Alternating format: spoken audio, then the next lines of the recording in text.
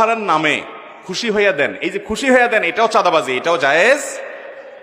বউয়ের বাপের বাড়ি থেকে যে খাট পালং দেয়া হবে, যে সোফা দেয়া হবে, ওই খাটে বউয়ের সাথে শোবেন, ওই সোফা বউয়ের সাথে বসবেন, লজ্জা শরমের মাথা খাইছেন? কি বলে